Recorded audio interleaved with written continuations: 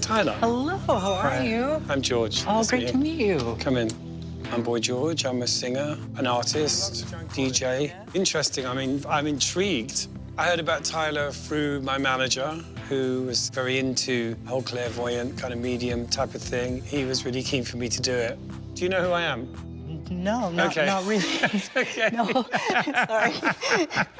My last boyfriend didn't know who I was either until about 6 months into our relationship. And then he was like, you really look like Boy George. I was like, well, that's who I am, silly boy. That's good, that's good. I'm glad that you don't know too much about me. I'll just kind of start scribbling. We'll see what comes through. We'll see what makes sense. We'll see what doesn't. Yeah, I just have a couple people popping in. I'm a bit uncomfortable with talking with people that have passed. You know, I feel it's a bit weird. For sure, younger male energy that passed and died too soon, and that was kind of coming through on the way here. No. He's being a bit reserved. Okay, all right. There's a reference to alcoholism and then a reference to heroin addiction. He's referencing to what looks like 3 years where I feel like I'm on the right track, and then I fall off the boat.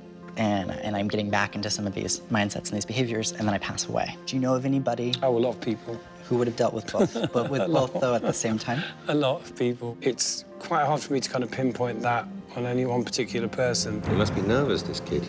He's getting no help from George. The specific thing here is that there was a performance done after the individual died. That was in their memory. But he did write wonderful words for him at the funeral. So if someone did a show and devoted something to him, that might be the gist, but the specific focus is electric guitar. He's so obviously Steve Strange. Yeah, he doesn't want to give him too much, and I don't... So does that fit any, to your knowledge, for you personally? It's quite vague. It's quite vague. As a medium, I need the validation. It's such an essential part of the process. It makes it a little tough when I do a reading and someone isn't really willing to validate or willing to really figure out where something could fit. Okay, so... Okay. Is that a yes or a no, though? Yeah, no, nothing really springs to mind. This kid's brilliant, and he's not letting him in. Do you understand? Well, I'm tricky. I'm a tricky customer. I'm sure there are other people that are much more open to the idea of speaking to people on the other side, but I'm not necessarily one of them. Well, let's assess. I can't shake that other energy. When a piece of information comes through that isn't validated, the image stays the same, and I'm not able to continue with the reading until the person can understand, or I can understand, where it fits. But I just kind of have to know that I'm at least going in a certain direction, and if we're not, I'll try to kind of figure out where it fits. I'm gonna have a word with him. We're just watching it inside. So interested watching it, because I don't know if you're, like, aware that he's getting things ridiculously accurate, and I think he really needs to feel the energy to be able to follow up on that. So, But you can't tell me what to do. No, but You know obviously this was going to happen. I'm in absolute, complete shock with how that went. Like, I had no idea it was going to go that way. I've said my bit, that was all, because as someone who's got some experience in this, Sure. you do, the more you get, the more you give. That's Yeah, all. but, you know, That's the point. Sure. I'm not you. Clearly. Unfortunately for me, I'm not you. Love you. Well, yeah. You know, That and was helpful. And if it doesn't fit, it doesn't fit. And that's kind of the thing, is regardless of where that goes. Unfortunately, I work with images. I wish I could have it in the ear, but not the case. I would say with the energy that came through that acknowledged, you know, passing at a young age and referencing to music connection, you showed me electric guitar. There's lots of things there. Yeah. I can't quite pinpoint the connection for you personally. I mean, I have a friend that I'm doing I'm actually involved in a benefit for a friend of mine on the 22nd of November this year, so that could be a connection, Sure. you know. Did this person deal with 2 addictions? Oh, more than 2, I think. Did they have 2 primary, heroin and alcohol? Yeah, probably both of those, so yeah. This guy's good. Someone else is coming through? Do you know who had the breast cancer in family?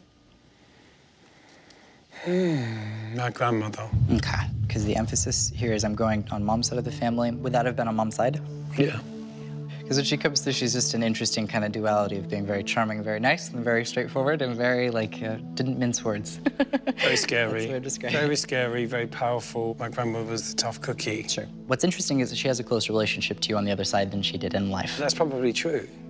I was quite an eccentric kid, you know, and I think she tried to kind of get it out of me, but more because she was frightened that people were going to hurt me. Right. My grandmother never really got to see me do well. You know, she didn't know me in my sort of successful life. So in a way, it's one of those things where I've always thought it's a real shame she never really got to see what I did because, well, there's a lot of things I'm glad she didn't see, but I think that, you know, my grandmother would have been very proud of the things that I've done. When she comes through, she views you as a very independent person. She views herself as a very independent person. She feels like that's something you have in common. When she comes through, she sees a kindredness with you. She sees a connection with you. Particularly now, because, you know, my life is in a really good place, and I think that, you know, she would probably be saying, finally, you know, thank God. I like the idea of my grandmother being proud of me. You know, we were very, very much kindred spirits, even though I probably wouldn't have realised it as a kid, you know. But my grandmother was tough, and she didn't take crap from anyone, you know, so I feel like we're quite similar. How's the love life at the moment? The nature of the sort of lifestyle that I have is that you're constantly moving and you're never in one place, so it's quite difficult to kind of make contact with anybody. But, you know, I would love to be surprised. For sure. What I would say is that ultimately I do see a reference to a solid relationship stops abruptly, and then I see an opportunity for it to restart. But it looks as though we see an opportunity with someone who would go by Rob, not by Robert. Oh, my God. Do you know Rob? Who's Rob? It's not Robert, it's Rob. It's not. It's not what anyone want to hear. Oh, no. Well, there's the reference for Rob. Are there any other questions? I mean, I really feel like, in a way, the only people that I would really want to talk to would be my father. Unfortunately, I didn't really get a chance to kind of, you know, sort of resolve stuff with him. Well, I think from a reading perspective, he's not coming through. He's not coming through strongly. I don't feel like I need to tell you anything about him. No. The beauty of it is, in a really interesting way, I feel like everything you need to know, you know. Yeah, I think sometimes, you know, you can have a kind of, you know, difficult relationship with a parent. You know, certainly with my father, he, you know, left my mother for another woman and did all these terrible things that I didn't approve of. There was a long time in my life where, you know, I couldn't talk about him in a nice way, you know. I spoke to my father on 9/11. When 9/11 happened, I'd been traveling, and so I got a call from him when when the big disaster happened, and I was actually in Spain. He'd rang and said, "Oh, where are you?" And I said, "I'm in Spain." And it was one of those situations where I kind of left the conversation thinking, OK, that wasn't so bad. You know, I'll give him a ring when I go back to London, or I'll give him a ring when it springs to mind. But of course, I left it. And then the next thing, he was gone, and I didn't have the chance to sort of, in a way, finish that conversation. But I kind of felt like things were OK. Right. Because I don't think he was really at peace in his life. So the idea that he's in peace now would be perfect. I don't doubt that he's around. Thank you. I think he does have a real gift, and I'd like to see him again. It's nice to go into something with a bit of cynicism and come out with a bit of maybe an altered point of view. All right. Tyler, thank you very much. Thank you so much. I'll show you out. In a unique way, I really am leaving this reading feeling extra confidence because I was able to hold my own.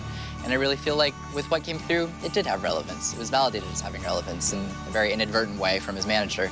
If I saw Tyler again, I probably wouldn't wear makeup. I mean, I'm a very different person without my kind of war paint on. You know, I'm probably more readable, so sorry, Tyler.